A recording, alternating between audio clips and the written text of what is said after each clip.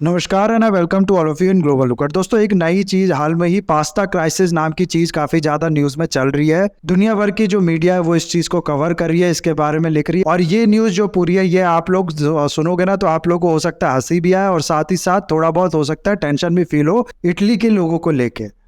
हुआ क्या है कि इंडिया में जब ऑयल का प्राइस बढ़ता है, पेट्रोल का प्राइस बढ़ता है, प्याज का प्राइस बढ़ता है या इस तरीके की बाकी चीज़ों का प्राइस, बाकी सब्जियों का प्राइस जो होता है वो बढ़ता है, तो हम लोग क्या करते हैं कि गवर्नमेंट को क्रिटिसाइज करते हैं। अपोजिशन जो है वो गवर्नमेंट को अटैक करती है। उसके बाद कुछ टाइम के बाद ये जो प्राइस है ये नॉर्मल हो जाता है और फिर से सब कुछ ठीक हो जाती है। लेकिन बहुत ही एक अजीब चीज़ सामने निकल के आ रही है। दरअसल इटली में क्या हुआ है कि जो आप लोग को पता होगा इटालियन पास्ता काफ़ी ज़्यादा फेमस होती है। मतलब पास्ता के नाम जब भी हम लोग सुनते हैं तो इटालियन पास्ता की बात करते हैं। एवरेज ऐसा बताया जाता है कि जो पर पर्सन है वो साल में 30 किलो पास्ता जो है वो अकेले कंज्यूम करता है।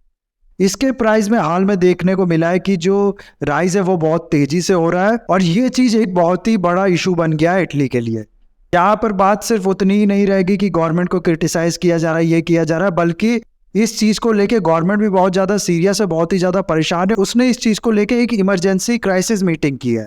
दरअसल मेन बात यहाँ पर यह है कि गवर्नमेंट को खुद ही नहीं पता है कि ये जो प्राइस है ये किस वजह से राइज हो रहा है, क्यों इतना ये बढ़ता जा रहा है दिन प्रतिदिन।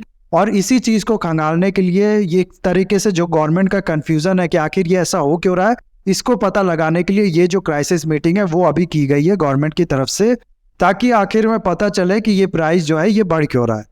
एक तरीके से अगर आप लोग समझो ना तो ये चीज़ पूरा नेशनल इशू बन चुका है इटली में। काफ़ी ज़्यादा लोग जो है वो इससे परेशान है, बहुत ज़्यादा इस पर डिस्कशन भी हो रही है। और इस तरीके की चीज़ जैसा कि मैंने आप लोगों को शुरुआत में ही बताया कि पास्ता की वजह से गवर्नमेंट जो है वो इमरजेंसी क्राइसिस मीटिंग कर रही है, तो जाहिर सी बात है इस चीज़ पर थोड़ा बहुत जो हंसी है वो आएगी।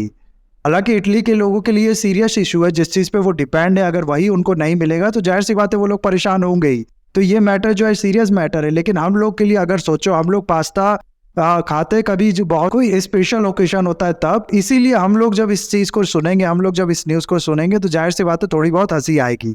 कुछ अगर हम लोग डाटास की बात करें यहाँ पर, तो इटली में ऐसा बताया जा रहा है कि लास्ट ईयर मार्च के महीने में जो पास्ता का प्राइस था उससे इस साल का जो मार्च का महीना उसको अगर आप लोग कंपेयर करो तो ये 17.5% राइज किया है। कहीं कहीं तो ये 20% बताया जा रहा है कि 20% का ये राइज देखने को मिला है। और अप्रैल में ऐसा बताया जा रहा है कि थोड़ा बहुत कम हुआ था, लेकिन अभी भी ये जो राइज है ये 16% का है लास्ट ईयर के कंपैरिजन में।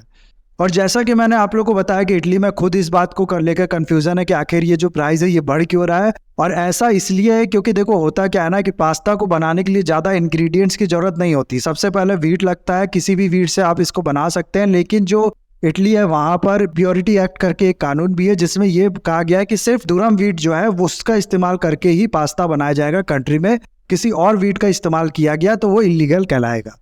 और ऐसे भी अगर बाकी वीट से बनाया जाए ना तो बाकी वीट जो होता है वो दुरम वीट से काफ़ी ज़्यादा सॉफ्ट होता है। तो बाकी वीट से अगर पास्ता बनाया जाएगा कि तो वो थोड़ा सा मैशी टाइप का होगा, एक तरीके से ऐसे समझ लो आप लोग, थोड़ा सा स्टिकी टाइप का होगा। इसीलिए ज़्यादातर जो इस्तेमाल है वो दुरम वीट का होता है। को हालांकि हैंडल करना बाकी जो नॉर्मल वीट होता है उससे थोड़ा कठिन होता है, क्योंकि जैसा कि मैंने आप लोग को बताया ये थोड़ा हार्ड होता है। लेकिन इसके द्वारा जो पास्ता बनाया जाता है वो फिर एक फॉर्म में रहता है, बहुत ही ज़्यादा स्टिकी, बहुत ज़्यादा मैशी नहीं होता है। और इसको बनाया कैसे जाता है, सबसे पहले ये जो वीट है इसका डॉ बनाया जाता है पानी के साथ, इसको वो करके फिर इसको शेप दिया जाता है जो पास्ता का शेप आप लोग देखते हो उसमें। और फिर पानी में इसको थोड़ी देर के लिए उबाला जाता है आधा पकने तक। उसके बाद फिर इसको ड्राई किया जाता है और ऐसे मार्केट में बेचा जाता है। तो अगर आप लोग देखो तो शुरू से लेके एंड तक इसका जो प्रोसेस है उसमें कोई भी खास इंग्रेडिएंट्स का इस्तेमाल नहीं किया गया है, खाली जो दुरम वीट है उसका इस्तेमाल किया गया है। अब दुरम वीट का जो प्राइस है वो अगर आप लोग देखो तो अप्रैल 2022 से लेकर अब तक 30% कम हुआ है ऐसा बताया जाता है। और ऐसे में अगर आप लोग सोचो जो मेन इंग्रेडिएंट्स है पास्ता बनाने को, जब उसका प्राइस कम हो रहा है, उसमें जब इतनी तेज़ी से गिरावट देखने को मिल रही है, 30% की गिरावट आप लोग समझ सकते हो, तो उसके बाद फिर क्या रीज़न है कि ये जो प्राइस है पास्ता का ये बहुत तेज़ी से बढ़ रहा है। आखिर को इस प्राइस का जो बढ़ना है इसका फ़ायदा जो हमारे जो इटली के फार्मर्स हैं उनको भी नहीं मिल रहा है, क्योंकि वीट का जो प्राइस है वो तो गिरता जा रहा है।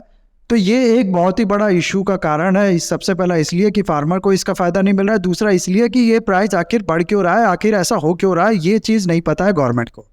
तो इसमें कुछ तरीके के पॉइंट्स भी बताए जा रहे हैं, इसके कुछ आंसर्स भी दिए जा रहे हैं। सबसे पहले तो ये कहा जा रहा है कि देखो ये जो वीट का प्राइस है इसका में कम हुआ है नो डाउट, लेकिन हुआ क्या है कि जो वीट का, जैसा कि मैंने आप लोगों को बताया, इसको बॉयल भी किया जाता है आधा पकने तक।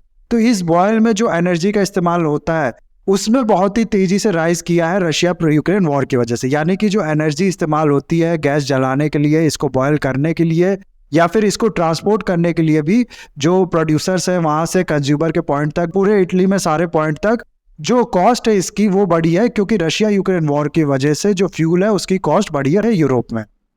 बीच में ये न्यूज़ यहाँ तक आई थी कि इटली में जो लोग गैस इस्तेमाल करते हैं वो गैस के ऊपर एक स्टैंड होता है, आप लोग ने देखा होगा, जो बर्नर होता है उसके ऊपर एक स्टैंड होता है, या फिर इस टाइप का इटली में कुछ और होता होगा। तो उसको हटा के जो पास्ता है वो बनाते हैं, वो बनाने लगे हैं, ताकि जो एक्स्ट्रा एनर्जी है वो इसको गर्म करने के लिए वो ना इस्तेमाल हो, पूरी जो एनर्जी है वो पास्ता बनाने में ही इस्तेमाल हो। तो इस तरीके का जो एनर्जी क्राइसिस है वो यूरोप में देखने को मिल रहा है, इटली में भी इस तरीके का एनर्जी क्राइसिस है, इसीलिए ये जो प्राइस है ये बढ़ रहा है, कुछ लोगों का ऐसा कहना है ना। अब इस पे थोड़ा ऑब्जेक्शन भी उठाया जा रहा है कि चलो ठीक है मान लेते हैं एनर्जी क्राइसिस है, लेकिन ये जो एनर्जी क्राइसिस है इसका असर तो सब पे पड़ना चाहिए, सब पे बराबर पड़ना चाहिए। जो हम लोग देख भी रहे हैं इटली में, अगर आप लोग नॉर्मल इन्फ्लेशन देखोगे ना तो सीपीआई जो है उस वहां पर मार्च का वो अराउंड आप लोग को मिलेगा 8% का लास्ट ईयर के कंपेरिजन में। यानी कि लास्ट ईयर मार्च में जितनी महंगाई थी उसके कंपेरिजन में इस साल 8% की जो महंगाई है वो है 8% ज्यादा महंगाई है लास्ट ईयर से। तो ये चीज तो सब पे है, ये हम लोग अंडरस्टैंड कर सकते हैं, लेकिन पास्ता में ऐसा क्या हो रहा है कि सीधे ये 8 से 10 नहीं 12 नहीं, सीधे डबल से भी ज्यादा 16, 17, 18% पहुंच जा रहा है। ये चीज कैसे जस्टिफाइड होगा? इसीलिए कुछ लोग इस आर्गुमेंट को बकवास कह रहे हैं और ये कहा जा रहा है कि हो सकता है रशिया यूक्रेन वॉर का आड़ लेके, रशिया यूक्रेन वॉर में जो फ्यूल प्राइस राइज हुआ है उसका आड़ लेके जानबूझ के जो प्रोड्यूसर है वो इस प्राइस को बढ़ा रहे हैं, इसको महंगा बेच रहे हैं। फिर ये भी कहा जा रहा है कि होर्डिंग का भी इशू है, प्रोड्यूसर जो है वो होर्डिंग कर रहे हैं बहुत ज्यादा। होर्डिंग का मतलब आप लोग हो सकता है जानते भी होंगे कि जो प्रोड्यूसर होते हैं वो कभी कभार क्या करते हैं कि बहुत ज़्यादा जो स्टॉक होता है, जो प्रोडक्ट था उसको मार्केट में नहीं जाने देते, उसको रोक के रखते हैं ताकि सप्लाई कम हो तो प्राइस बढ़े, और जब प्राइस बढ़े तो ज़्यादा प्राइस पे इसको बेचा जा सके। तो इस तरीके की चीज़ें भी बहुत ही ज़्यादा की जाती है। इंडिया में भी काफ़ी इस तरीके की न्यूज़ आती है टाइम पे कि होर्डिंग के अगेंस्ट में गवर्नमेंट एक्शन लेगी, इसको इन्वेस्टिगेट कर रही है, इसमें जांच पड़ताल कर रही है। होर्डिंग जो होता है वो हर कंट्री में अगर आप लोग देखोगे तो इलीगली होता है, आप इस तरीके से मार्केट को डिसरप्ट नहीं कर सकते, आर्टिफिशियली किसी चीज़ का जो प्राइस है वो नहीं बढ़ा सकते, उसकी जो सप्लाई है उसको रोक के। तो इस तरीके की भी बातें हो रही है और ये कुछ नया नहीं है इटली के लिए। इटली में 2009 में वहाँ का जो एंटी ट्रस्ट एजेंसी है उसने 26 पास्ता मेकर्स जो है उनके यहाँ पर छापा मारा था, और उसमें होर्डिंग का जो इशू है, उसका जो प्राइस मैनिपुलेशन का इशू है, उसके लिए उनको दोषी पाया था और उन पे फाइन लगाया था। अराउंड 12.5 मिलियन यूरो का टोटल फाइन लगाया गया था उन लोगों पे। तो फिर से एक बार इस चीज़ को लेके जो चर्चा है वो हो रही है कि होर्डिंग कर रहे हैं जो मेकर्स है वो ज़्यादा पैसा कमाना चाहते हैं, इसलिए इस तरीके का गलत काम कर रहे हैं। और आप लोग सोच के देखो, जब यही चीज़ स्टेपल है इटली में, जब पास्ता स्टेपल है लोगों के लिए, यही वो लोग खाते ही है, तो जाहिर सी बात है हम लोग को भले ये मजाक लगेगा, लेकिन उन लोगों के लिए इसकी कमी होना आप लोग खुद ही समझ सकते हो कि कितना बड़ा इशू होगा। इसीलिए इसको लेके जो बवाल है इटली में वो बहुत ज़्यादा हो रहा है और इसको जितना जल्दी हो सके सॉल्व करने की गवर्नमेंट वहाँ पर कोशिश कर रही है। फिर एक चीज़ ये भी कहा जा रहा है कि ये जो इस समय का स्टॉक है, जो इस समय का स्टॉक अवेलेबल है मार्केट में, चाहे या फिर प्रोड्यूसर के पास भी, ये इसका जो प्रोडक्शन है वो तब हुआ था जब एनर्जी का प्राइस बहुत ज़्यादा हाई था रशिया यूक्रेन वॉर की वजह से, प्लस इन्फ्लेशन बहुत ही ज़्यादा था उस समय, जो वीट वगैरह का प्राइस है वो बहुत ज़्यादा था उस समय, इसलिए इन लोग को जो प्रोडक्शन कॉस्ट है वो ज़्यादा पड़ी थी। लेकिन अभी ये जो इन्फ्लेशन जो है ये थोड़ा डिक्लाइन किया है, और इन्फ्लेशन डिक्लाइन किया है तो इन लोगों को तो पहले का जो प्रोडक्शन है उसमें कुछ फ़ायदा इसका मिला नहीं है, इसीलिए ये लोग ज़्यादा ही प्राइस पे इसको बेच रहे हैं क्योंकि इनका जो प्रोडक्शन कॉस्ट है वो ज़्यादा पड़ा है।